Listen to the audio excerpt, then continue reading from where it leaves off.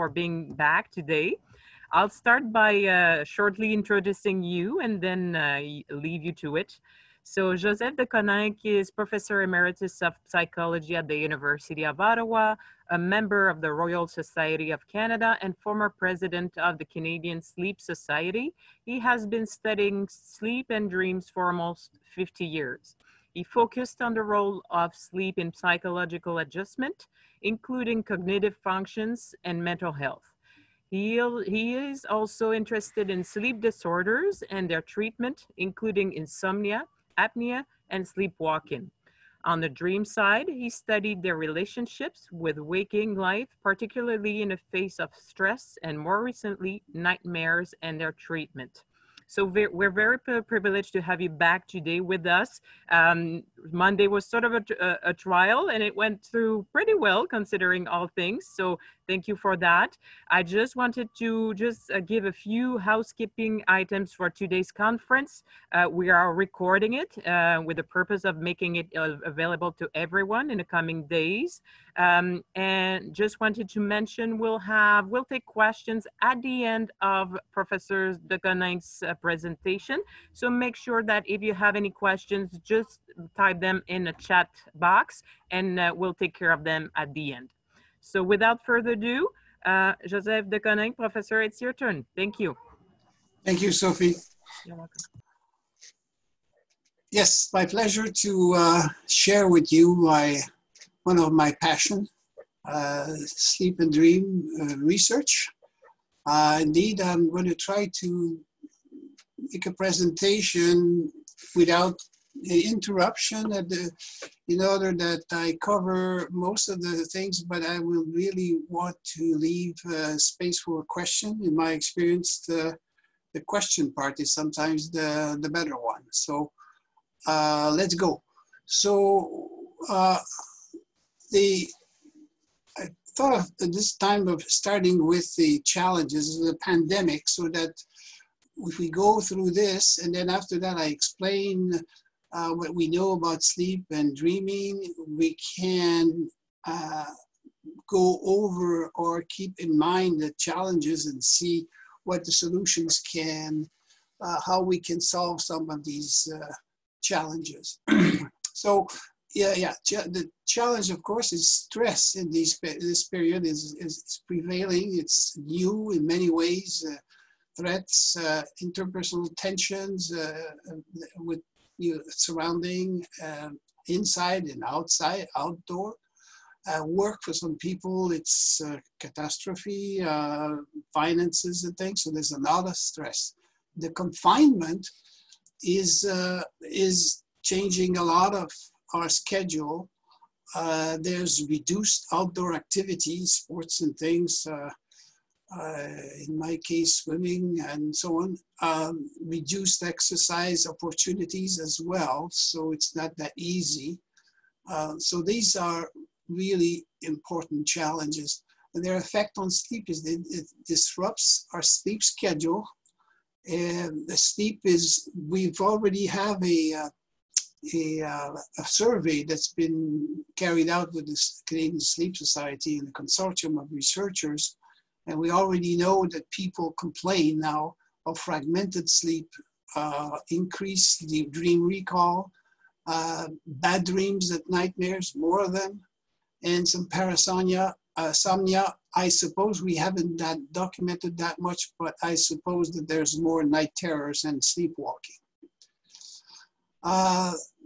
Sleep is really an active process. We typically think that nothing goes on there.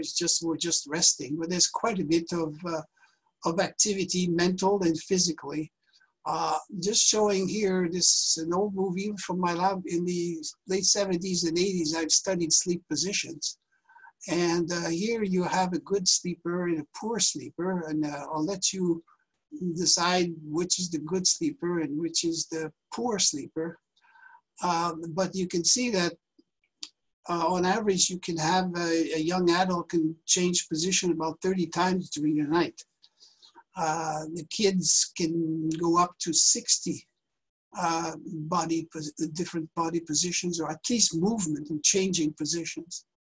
And in the elderly, it goes down to 10 to 15. And it changes with age, the preferences of position. But for example, in the elderly, the interesting thing is that there's no prone position, probably because of back issues and respiration. But there is also the main point here is that you may have noticed that the poor sleeper moved quite a bit, and but did have a lot of sleep, surprisingly. But the complaint in the morning is that, no, I didn't sleep very well. But if you look at technically, there was some sleep. And the main finding, usually I go in the class and ask what other features in the poor sleeper. And the main feature is that the person sleeps on their back. And that was when we first published that, and it was obvious that we know that if you sleep on your back, you'll snore more. But we now know that sleep apnea, which is a major issue now, where you stop breathing, occurs when you're on your back. And one of the first things to do when you have this problem is to sleep on your side. And the best position is side position, and contorted, one that you don't use spontaneously when you get to sleep. Okay, we also have rapid eye movement sleep in sleep. When we record in the lab, we put electrodes. Now we started in the old days with about 6-10 electrodes, including on the scalp and chin for muscle and each eye for the eye movements. But now there are montages that have 125 electrodes. You can imagine subject sleeping. With that, we can really probe the brain almost like a scanner. So during sleep, we have various, this is the EEG activity. And wakefulness, you can see it's very, it is no amplitude, but it's very high frequency. And as you go down to sleep, to deep sleep, you have slow waves. And there are waves that the sleep spindle that are indicates that that person has got to sleep. And there's stages of sleep now that we define from 1, 2, 3, and rapid eye movement sleep, or REM sleep. And here is a night of 8 hours. And as we get to sleep, we fall down slowly, straight down without REM sleep, into stage 3, which is deep sleep. And we go up in a little period of REM sleep. And then as the night progresses, very little slow wave sleep. So it's all combined at the beginning of the night, and at the end of the night, you have much more REM sleep, which is associated with dreaming, and mainly with dreaming. And there you will understand one of the observations that people have during the pandemic is that they remember more dreams. And one of the reasons is that I think is that people now during the pandemic, most of them can sleep more in the morning because they have to go to work or they just have to stay home. And having more sleep is very good too, but because of that REM sleep, it's very good for memory and several other psychological adaptation. But you'll remember more dreams, because that's why we remember more dreams in the morning. We wake up in REM sleep. Okay, there you go. So sleep quantity changes. Of course, we know that children, the young babies sleep 18 hours, but it's all spread all over the day, all over the 24 hours. And the child, it consolidates to 10, 13 with a little nap in the afternoon. And adolescents still need quite a bit. Actually, the brain only matures by age 25, so you really need 9, 10 hours of sleep, and adults 7 to 8. And the elderly, it's still around 7 to 8, but it's much more fragmented. I can attest to that myself. The range can be with short sleepers and long sleepers. Short sleepers are 5-6 hours, long sleepers more.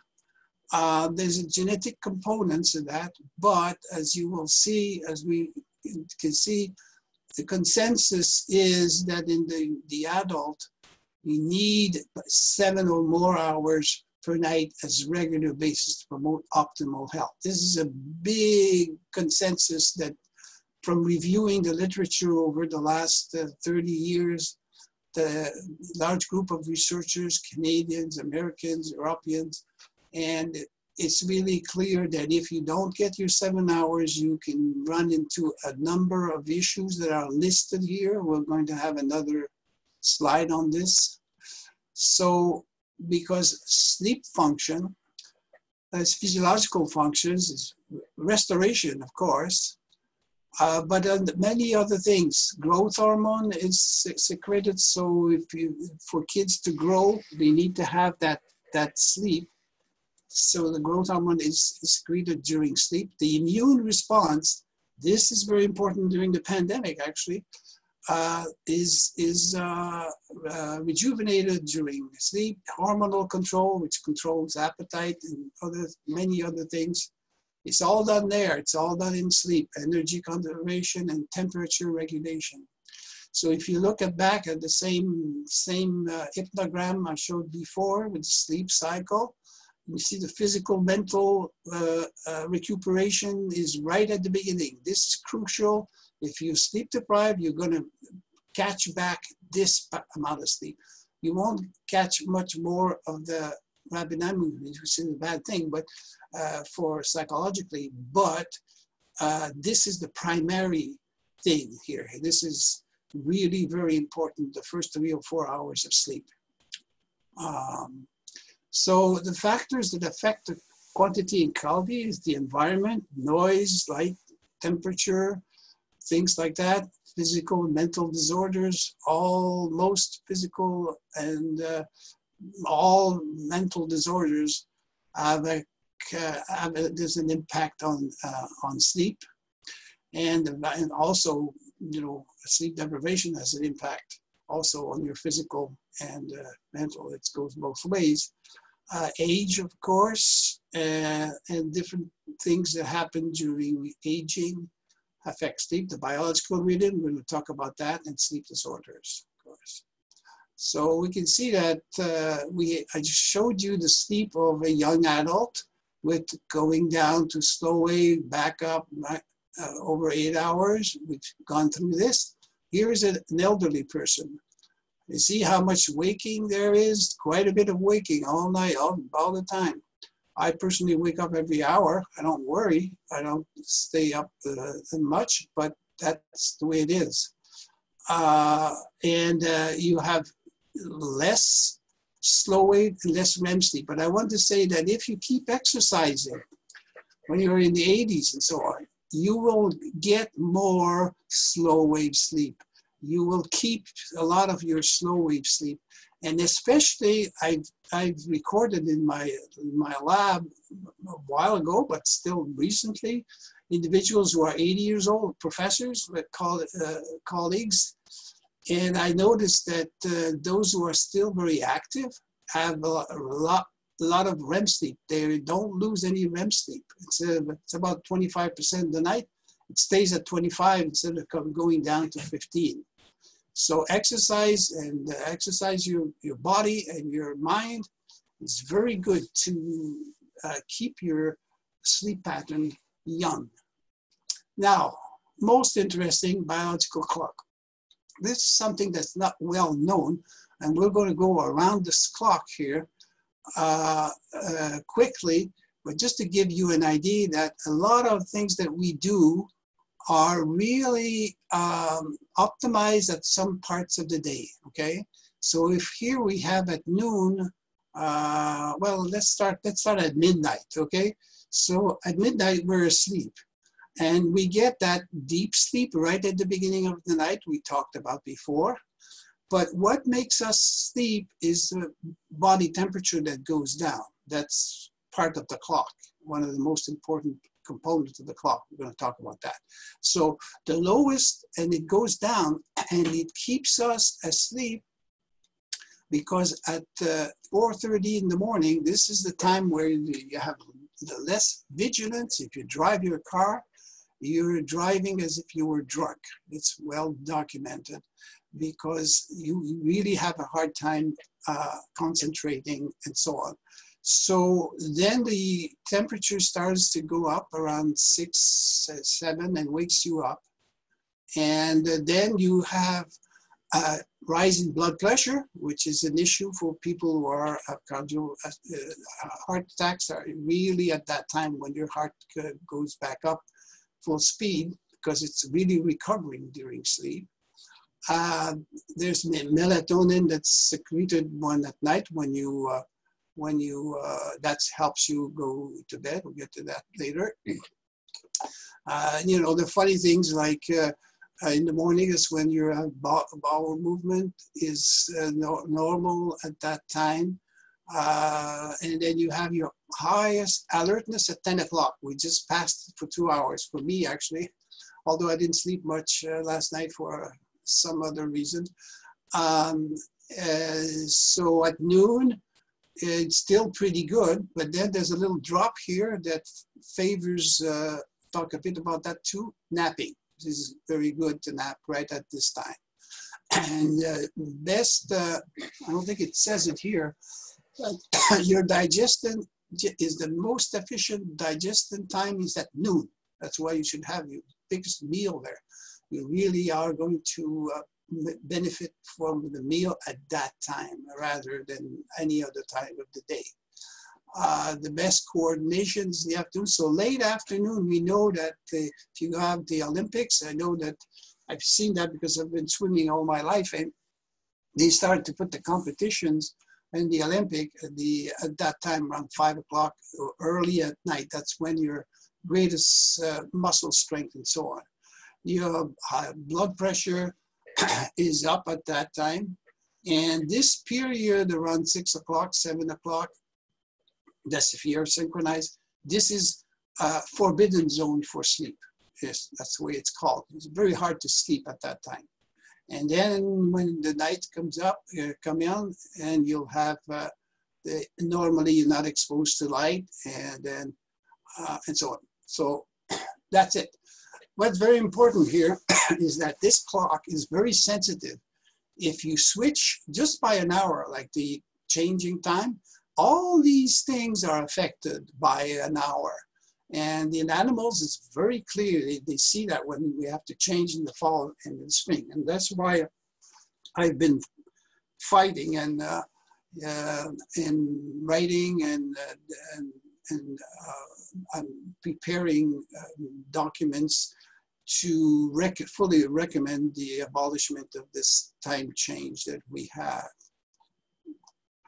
Okay, so the chronobiology here is, I'm not going to go over circadian, ultradian cycle, except the sleep-wake cycle, except one other thing. But there's some people who are more efficient in the morning and some in the evening, and that seems to be genetically determined. I'm not going to go through this.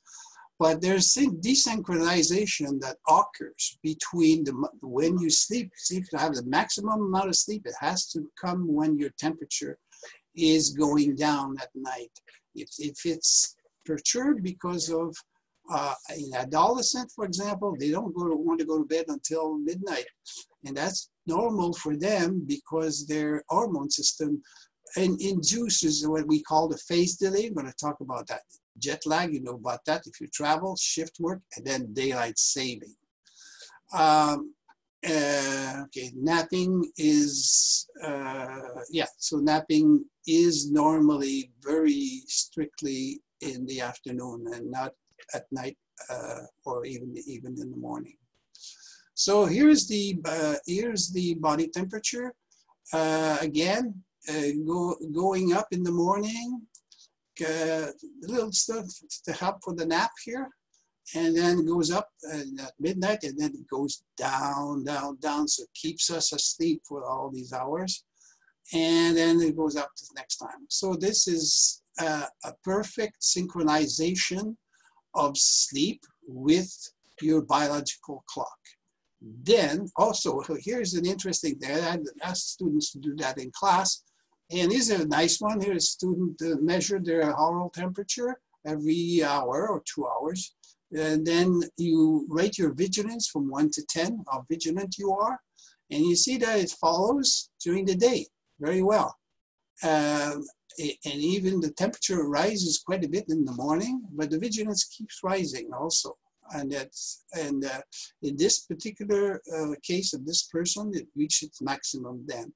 But that's probably because it's a little what we call phase delay. We also have the famous melatonin that is secreted at night, goes up, and that helps us keep the clock and keep us asleep. Okay. So desynchronization, that happens when you get older. You want to go to bed earlier, and that makes you wake up earlier in the morning. And that comes with age. Actually, what happens when you get older, and I notice this, is that the curve of your body temperature flattens, and that's why you wake up. And then, you know, you need to nap sometimes 2 or 3 times a day for some people. That's because your biological clock, the amplitude of body temperature is flattened. But the most important here, what we have during the pandemic, is we have a phase delay like the adolescents have. We go to bed later and later. I had a colleague of mine who has 2 kids, 2 adolescents, and they're sleeping now at 2 o'clock in the morning and waking up at 12.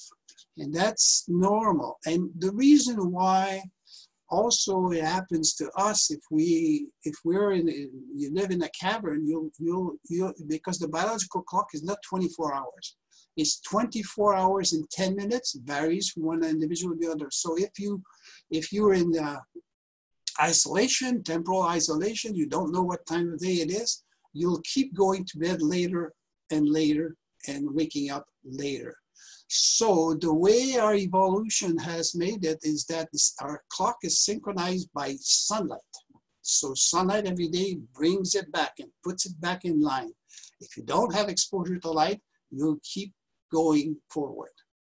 So synchronizers, the best one is light, exposure to light. So during the pandemic, what you want to do is expose yourself to light in the window or whatever. Exercise. You don't exercise late at night because that tells your body that it's still the day. So exercise also early, mainly at noon, not very much past the supper. The meals, you keep them always at the same time. And then you can use melatonin, but medication is nothing of any use now. But melatonin, you can have that as a supplement. It helps you if you want to keep your synchronized to compensate because you don't have much light exposure. Okay? So this is different light. These are modern lights that are used in laboratories here. We have a doctoral student that studies this. This type of way to replace the sunlight, to synchronize. And it's very important in the case of seasonal depression to use lights. I'm not going to go through jet lag. We all know that if you go to Europe, it's a major change. It was 6 hours, and there's all kinds of issues, but let's put that aside, except to say that daylight saving, just the daylight saving change, for some people, it takes several weeks to manage that.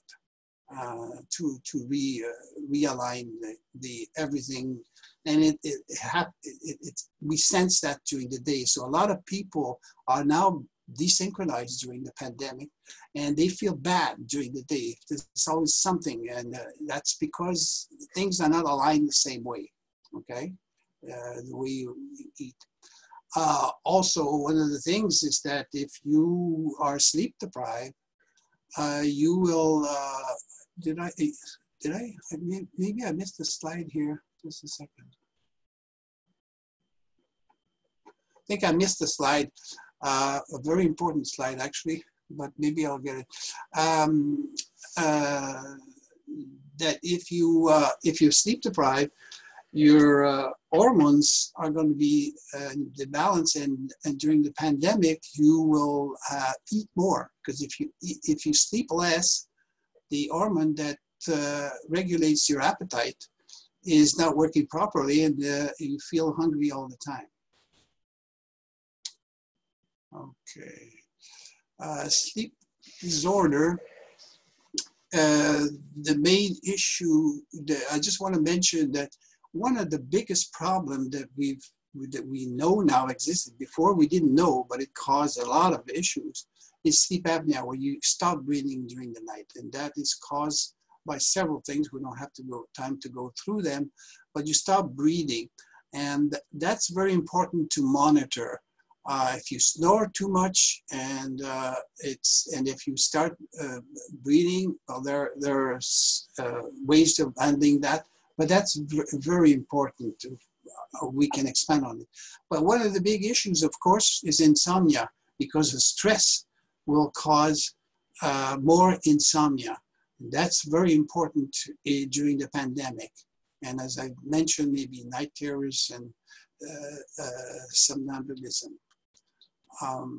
So this is the sleep apnea, or this is the issue of breathing, that your breathing stops because of the muscles that relax too much in your throat, and there are all kinds of other issues, but that's important. So insomnia is quite prevalent, and at this time, sleep onset insomnia is very common, because you start to worry at night and you don't get to sleep well, and you wake up more often, and you sometimes, because you desynchronized also, you'll have a hard time in the morning when you wake up. So you can have issues of insomnia either at sleep time, during the night, or in the morning. And the best treatment is cognitive behavior therapy, which is much better than pharmacology. The benzodiazepine, for example, they will simply be efficient for about a few weeks, and after that they become a problem. So cognitive behavior therapy, which uses sleep hygiene or a little bit of melatonin, is the way to go. Sleep hygiene. So the idea is to have the best sleep. Is you limit your time in bed. You don't do things in bed except, of course, intimate relations. Don't overeat or do all kinds of things in your bed. You have to associate the bed with resting and pleasure. So exercise during the day, not at night. Keep the environment that facilitates sleep. So no lights at night, no iPads that are too bright, or TVs too exciting. Constant meal schedule. Avoid clocks, because some people worry because they keep looking at the clock when they wake up. By the way, if you use an alarm clock in the morning, that means that you are sleep deprived.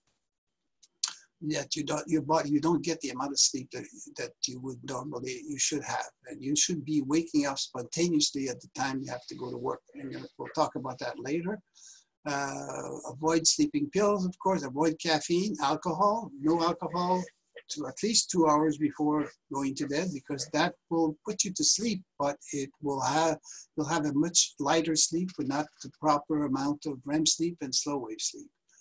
Caffeine, it's not recommended after dinner at all, but some people can live with it, but it's not a very good thing. And the big thing is not to ruminate and sleep in bed, because I don't know if I missed the slide there, but anyway, if you start to worry at night, it's a very bad time to solve your issues, because your brain is tired, your frontal lobes are shut down, and they are very important decision making. So that is why it's crucial not to worry, because all your emotions come up at night because you're tired and your frontal lobe can't control them. So you have to wait in the morning while you're bright and efficient. And you avoid blue light at night, of course. That's because it's come sunlight. There is a condition that that's sort of a network that's been pretty much sort of discovered around 2000, and it's very, very interesting. Most interesting, that really interests me, it's called the default mode network. And default mode network is a state when you relax. There are portions of your brain that are taking over, so that the executive functions and things are resting. And that's very important. We now know that if you exercise, you have to rest. The best way to train is with interval. You have to be you run and you walk, you run and you walk. We know now that this is very, very important. Otherwise, your muscles don't rejuvenate.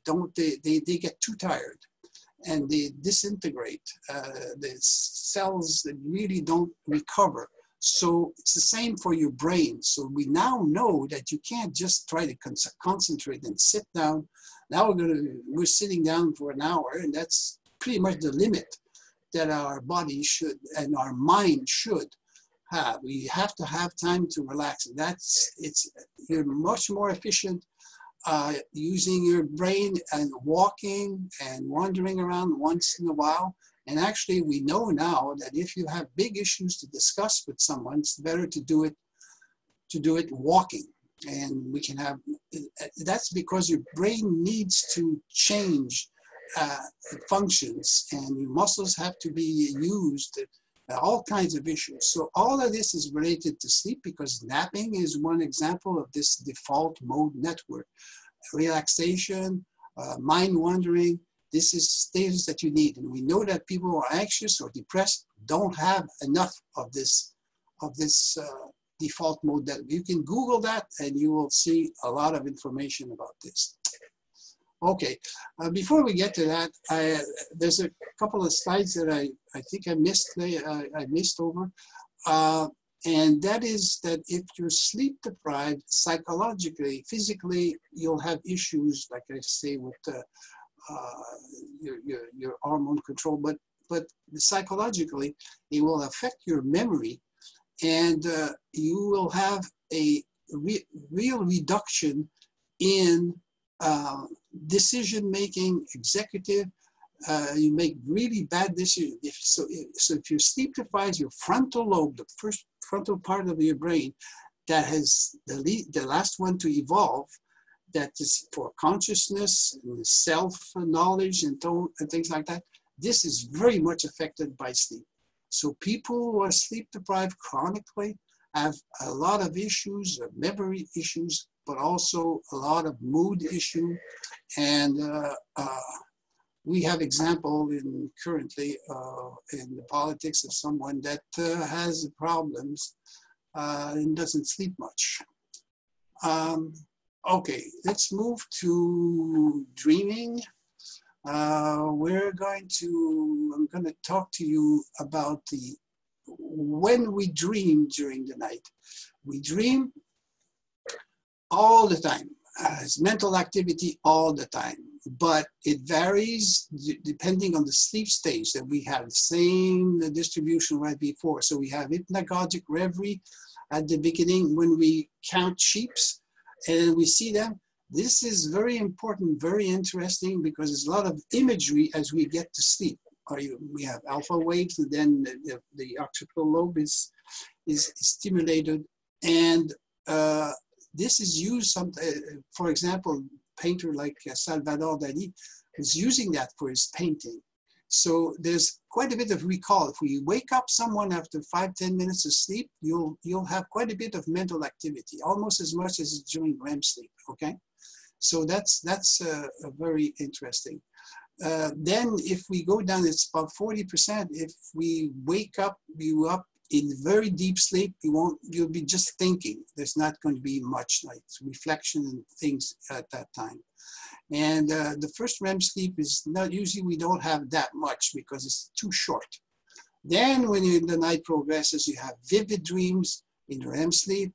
And then you have nightmares come really late at night when you have long periods of REM sleep. If we wake up someone after 40 minutes of REM sleep, they'll have to tell you a dream that's about 30 minutes long and usually very, very vivid and can go back. It goes back to remote past. This is where you dream when you were young. Whereas here you'll have more dreams that are related to what happened just before sleep. Okay, so it's a lot of interesting things. Now, the typical dreams, this for Canadians, students, you see that the most typical dream is being chased, but not injured. You know, someone's pursuing.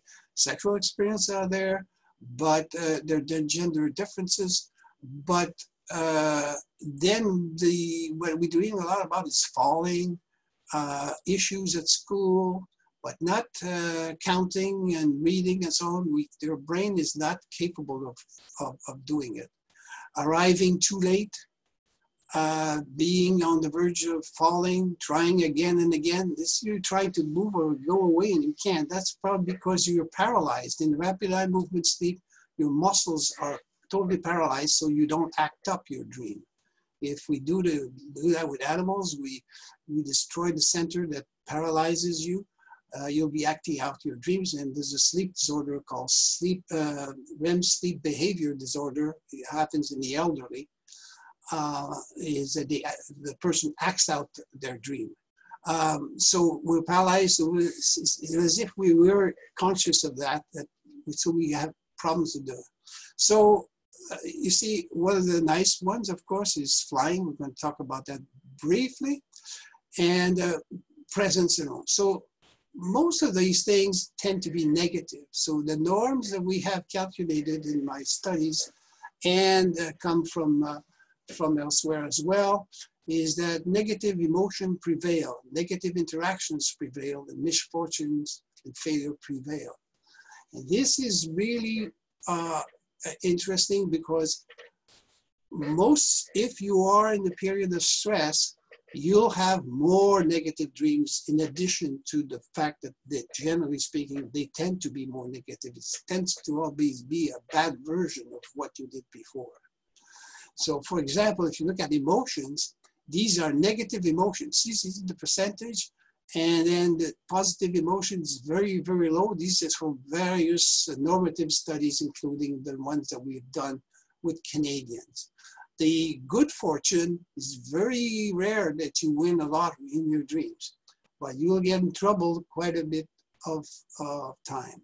So sources of brain is brain localization, and I'll get to that. I think I have a little slide on this, but the preceding day is usually quite a bit present, but as I will show you, it's very distorted. Past experience, it can go back to very, very far. And then internal stimulation, if you have stomach ache, you will tend to incorporate that, or external stimulation can do it. So dreams have very few direct incorporations, not a reproduction of the day, not at all. Sometimes they compensate, like if you don't drink or if you're very thirsty, you'll tend to dream that you drink. It's always new associations without boundaries of logic, reality, with some taboos, which is you don't read, and so that's because the frontal lobe is not active. It's recovering during REM sleep. Most of the time, only the dreamer can clearly recognize the link. Okay, that's another of the studies in my lab. And then the tone of dream tends to be negative. So predominance of expression of emotion, links with the past, new connection, it may help you know more about yourself. And it's very often you can have implications for the future that comes from paying attention to your dreams. One of the reasons why it's so negative or tends to be negative is that during REM sleep, the amygdala, this is a center here close to memory here, the hippocampus, and it is very active, and it's disconnected from the frontal lobe, the prefrontal lobe, which normally tells you about the reality and controls your emotions. So that's why it's mainly emotions and negative. It is very, very interesting because it does explain also what issue happens for people who have nightmares, because this is even more active at the time. So night terrors we won't talk about, because this is at the beginning of the night when you wake up. Children have a lot of that. But night terrors is you wake up very in slow wave sleep at the beginning of the night and you just try to yell. So this is very, can be very frightening. It is a frightening experience, and happens more when you're tense and when you're anxious. I used to have them when I was young, and I could tell when I had something very stressful, I would have night terrors and sleepwalking. The nightmares, they are at the end of the night. They're bad dreams that cause stress, and they wake you up. So it's usually you have a clear souvenir. It's the second part of the night, and some people distinguish them from bad dreams, but bad dreams are really, they're bad dreams, but they don't wake you up. You only remember them in the morning or at the end of the period. It's just a matter of quantity. So I prefer just to talk about nightmares that are more severe or less severe. And you can learn to control that by before sleep or during sleep. You can influence someone. If you tell their name while they're sleeping and REM sleep, they'll incorporate themselves more in the dream. So if you have pleasant suggestion, you can, I've done quite a bit of work on this. And then there's famous lucid dreaming. This is just a joke here again, that you can whisper something like someone is thirsty and you say a little drink of water, very, very, not to wake up the person, but they're going to dream that they drink. The treatment of nightmares, psychoanalysis is not used anymore because it's too long, but lucid dreaming and imagery rehearsal, so you can practice before you go to bed to change your nightmares by writing them down and changing them, and it works. Or you could use lucid dreaming. I'm just going to go quickly here. Lucid dreaming is when you realize that you're dreaming and you start to take control. You have to learn that. About 5–10% of the population have that capacity. I did learn that myself. And the best way to do it is when you have flying dreams, for example. You can't fly. So that you can just realize. And what happens in reality is that you have a little bit of waking. And then you take the control, and then you can continue flying. Like I've been flying in my dreams for years now. It's very pleasant. You don't want to do it all the time because there's a little bit of waking in there. But a lot of people, you can imagine whatever you want, and you can do it in REM sleep by lucid dreaming. Some people try creativity, but that's not that great because dreams are creative. I'll show you. But if you start tweaking with the creativity requires new associations, and you want to be creative when you don't control things, just ideas that come to you. So creativity, a lot of discoveries have been done in dreams. This one I like. It's a very good study done in 2006. Actually, when I was on sabbatical in Florence, Italy, that's where they did it. They looked at music in dreams of musicians, and you can see that musicians' dream a lot about music, but they hear music, and it's 55% it's music that they know, but there's 17% that's music with different interpretation, but almost 30% it's music that they've never heard. And that's where the creativity comes in, is that new ideas come in that you've never thought before. So that's very interesting. So the conclusion here is that dreams are a natural phenomenon, the source of self-knowledge. You know about your issues, and there's a solution sometimes. They're source of stress, but you can harness them. So during the pandemic, there's an opportunity to help maximize your sleep. So you can determine how much sleep you need by waking up always at the same time in the morning, and then going to bed, because now your schedule, you can control it more in confinement, for example. So depending, of course, in kids and everything, the whole family, but wake up at the same time and then go to bed when you're sleepy. So you'll know how much sleep. So the first thing you want to do is just let you sleep as much as you want. You'll see how many hours you need. And then you try to rearrange it by waking up every time in the morning, every day, so that you don't need an alarm clock, and go to bed the minute that you really feel like going to bed. So you should be able to maximize the amount of sleep that way. You use lights, exercise, activities, and meals to synchronize your clock, a short nap midday. You use stress management techniques that fall around the default mode technique. For example, we know that if you're stressed, you should express it. The minute that you express your feelings, it reduces by 50% the amount of stress and anxiety that you have. So you share it with other people. Relax, use abdominal breathing. You must have heard about that. That's a real miracle. It helps. Prepare, French here, prepare your sleep with pleasant relaxation and meditation. And in case of problems, do not hesitate to consult.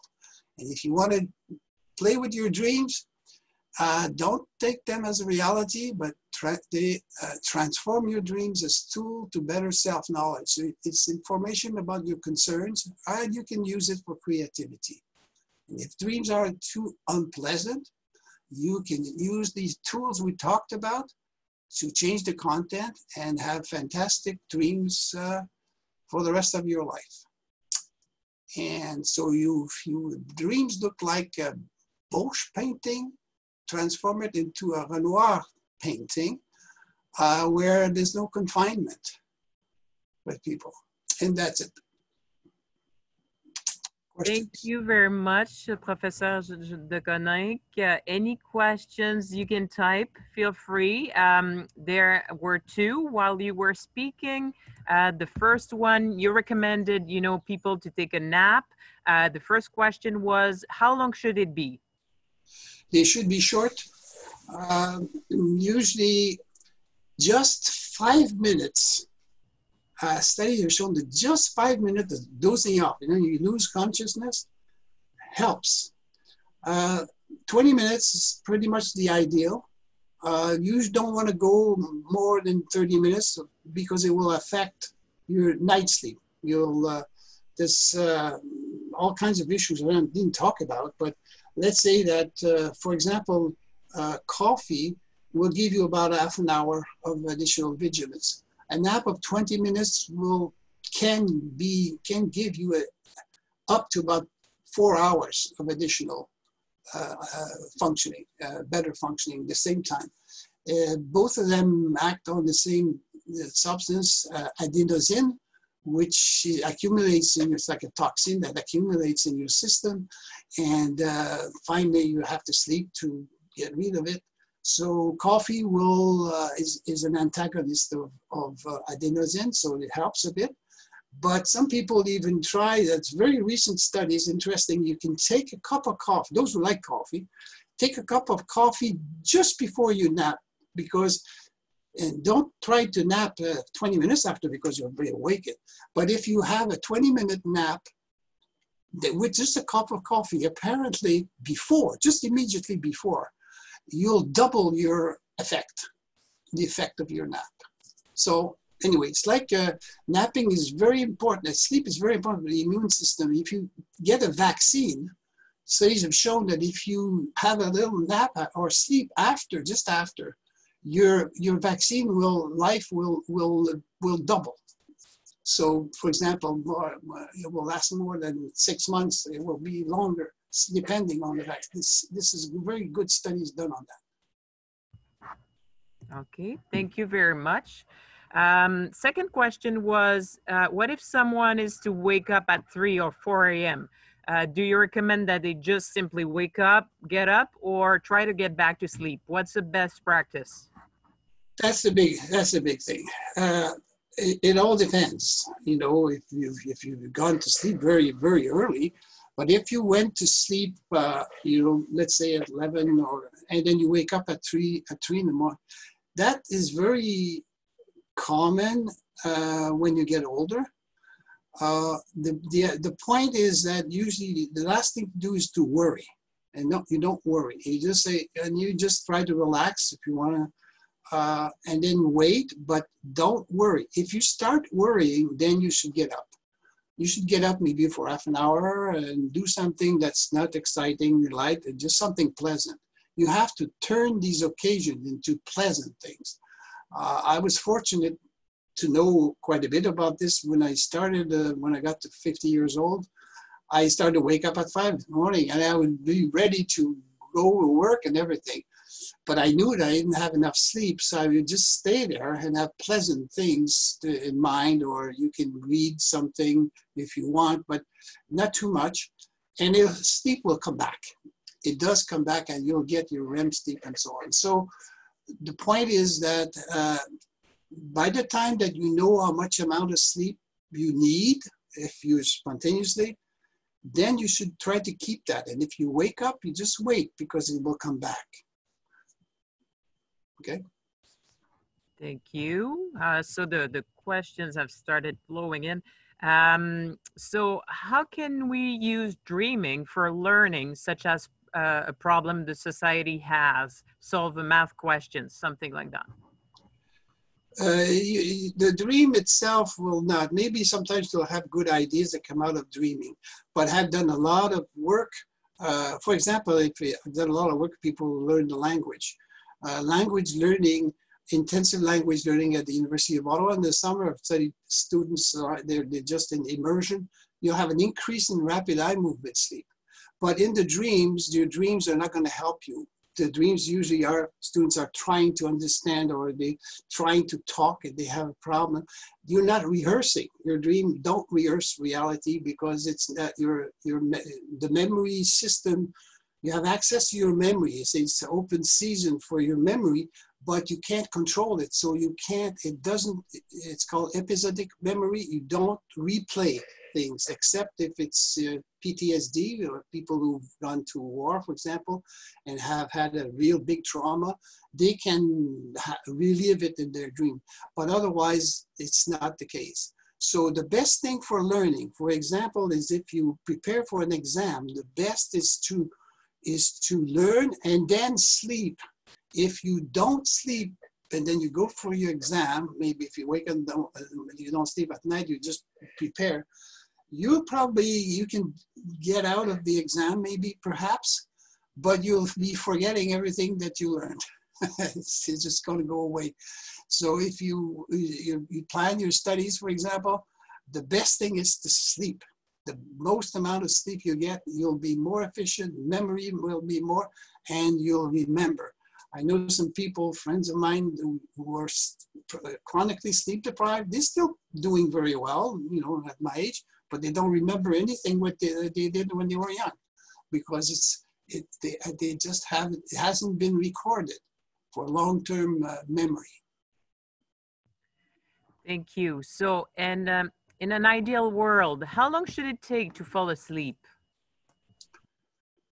Well, yeah, that's a definition of insomnia. I would say, they will say it start to be insomniac if it takes more than 30 minutes. But usually it should be 10 to 15 minutes. If you're really synchronized and your temperature and everything is aligned, it should be that. And that is if you don't start to worry. If you get into bed and say, oh, I got to solve this. The best thing to do about this is in the morning, you make a list of your issues, the issues you have to resolve. You make a list of, and then perhaps even at 10 o'clock in the morning when you're really, really good, and then think of solutions, but spend an hour, but never try to do that when you get to sleep. So if you do take more than 30 minutes, it's probably one of the reasons. You worry, you're desynchronized, you're going to bed too early because of your biological clocks, so you should work on your biological clock with lights and so on.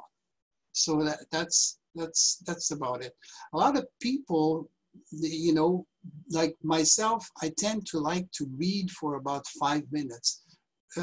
And it just puts me to sleep. But it's always something light, something about things that I like. So it can be a glass of milk. It can be because it has tryptophan, which is a precursor of serotonin that puts you to sleep. For other people, it may be other things. It's got to be something that's relaxing. So try to finally match your sleep so that you get to sleep within 15 minutes. Thank you. We have a mother in the room here who has a 5-year-old having a hard time with nightmares, night terrors. So any recommendations with those? Oh yeah, I know all about that because I did have nightmares from night terrors and things from 5 to 8 years old. So I remember that myself. That's not why I went to sleep research, by the way. But yes, it is normal for 5 years old to have nightmares and sometimes night terrors. It depends if it's nightmares, if they wake up in the morning and they remember very bad dreams, that's a nightmare. But if it's early in the night, they just wake up and all tense and so on, that's night terror. The best way in this case is to, well, there are ways of we have a doctoral student who did the thesis treating nightmares in young children. Well, you can use, you ask them to tell their nightmares and then tell them, well, next time, tomorrow night, just try to dream about something. Like if they dream about a bear, let's try to dream about a rabbit or something. Have a pleasant thing to dream about so that they can learn very early to manage. But the thing is, tell them not to worry. And if they have sleepwalking, you don't want to punish them because they sleepwalk. You want to recomfort them, bring them back slowly to the bed. It's very important to have a very positive relationship with the children when they have issues of sleeping, bedwetting, and so on, so that it doesn't become, sleep doesn't become a stressful experience for them. So you got to try to turn it around. But it is normal for quite a number of us, almost 50% of kids between 5 and 8 o'clock, 8 to have these experiences. And if it lasts through adolescence, then you want to really address it, maybe consult and have people who know something about it. A lot of psychologists, for example, usually now know very well how to handle these things. Thank you, Professor. So maybe last 2 questions.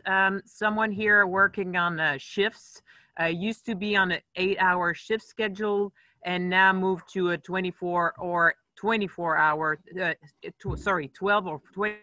shifts. Is this beneficial or for sleep patterns and being more rested? 12 hours? Move from 8-hour shift to 12 hours? Yeah, recent move to 12 and 24-hour shifts in some cases. So you stay awake for 24 hours? It seems like it. Well, no, I'm sorry. I don't want to get in trouble, but that's not a good idea. The best is to have a schedule 8 hours and to follow the biological clock. So if you move, you would always want to move in this direction of the clock. You don't want to have, you want to go from a day to an evening to a night and then back to day. If you alternate, if you are doing night shift, if you do the night shift, then it's better not to change, to keep it for a long time so that you have your biological clock will swing around and then you sleep during the day and you try to not have light and so on. There's about 20 to 30 people, 20 to 30% of people who really can adapt to night shift. So it is a problem, and a lot of studies have been done with nurses, for example, because it's a population that's been well studied, very good studies done. And unfortunately, if you don't adapt and if you don't make it, it will have health issues will arise. And you'll end up having more chances of developing insomnia when you're older, and life expectancy is reduced as well. So you have to be careful. It's like anything else. It's like alcohol or other things, but if you play around with your biological clock, it will get tired and it won't be as efficient to control your sleep. Thank you. So one last question, and you sort of touched on this a couple of times throughout the presentation. Someone finding that when they go to bed earlier than their normal time, they wake earlier as well. And why does this happen actually? So if they go to bed early, they wake up early? Yes. Well, if that doesn't present a problem, it doesn't present a problem for what you have to do during the day. Like, for example, if you go to bed at 9 or 8 o'clock at night and then you wake up at 5 in the morning, and if that's okay for your social life and your work life, it's no problem, as long as your clock is adjusted to it so that you have your good amount of sleep. You have to have a full cafeteria of sleep stages. Ideally, you want to have not just like if you go across the ocean and you with a wind things, people who will go solo across the the ocean, they can't sleep because they have to manage the boat, or other things like that. You can have sleep every 20 minutes, every hour for 20 minutes. So you every 4 hours for 20 minutes. That will keep you going for days, but you shouldn't be doing that all the time. What you need is at least a good 5, 6, 7 hours of continuous sleep, maybe with a little nap there, so that you get your 7 hours to really benefit from all the things about hormones, appetite, brain function. You really need to try to have a consolidated amount. So wherever it is around the clock, it depends on what you have to do when you're awake, if you work or not. Perfect. So there's no more time and questions. So thank you, Professor de Coninck. It was much appreciated to have you present with us over the last 2 days. I'm just going to be posting our upcoming Lunch and Learn next week. Is going to take place same time, same place next week, the 13th. It's going to be